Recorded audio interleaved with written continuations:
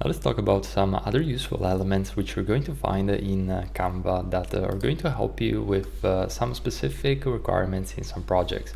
So first of all, we're going to find under the elements section that we have the polls and quizzes. Now this is going to be a specific element for exactly what has been just described. So if you want to add polls or quizzes for adding a layer of interactivity to your design presentations, for example, that is going to be quite useful. Another one which you have to keep in mind is the tables. So whenever you need to create any sorts of tables, you can actually drag and drop this basic structure. So this is actually going to be customizable, so don't worry about the specific design, but just keep in mind that each and every one of these cells can then be adjusted according to your projects, and you can write, for example, the title and any information to fill in the gaps.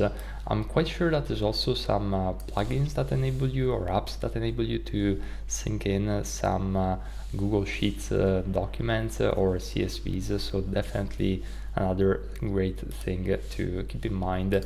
And as you can see, it's quite easy to adjust.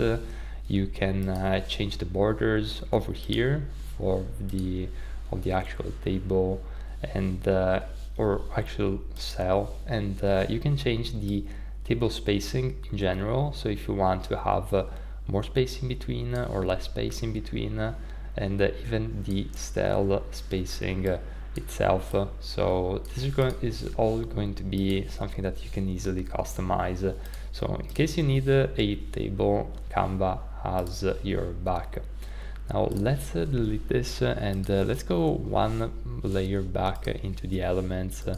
And what I want to describe next is the chart section, because sometimes you're going to need some charts in your presentations, and exporting them from another software like Figma or whatever you're using might not be the best way, since Canva actually has the ability to add interactive charts. So as you can see over here, I can change the values of the item. So for example, this one is going to be 50.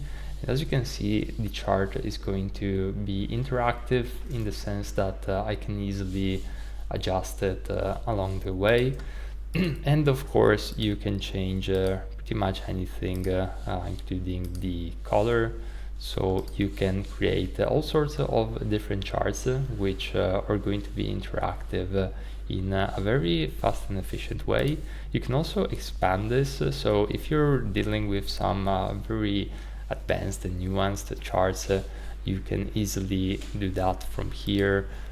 You can also change the labels and the values, and also pretty much how everything is displayed, so either in percentages or numbers. And if you want the legend as well, you can do that. So as you can see now, it's been updated, and then of course you can resize and change this however you might want. Now as you can see, there's all sorts of different charts, so you definitely have a lot to work with. Another cool feature is the stickers. Now these are going to be self-explanatory. You can simply drag and drop these nice stickers.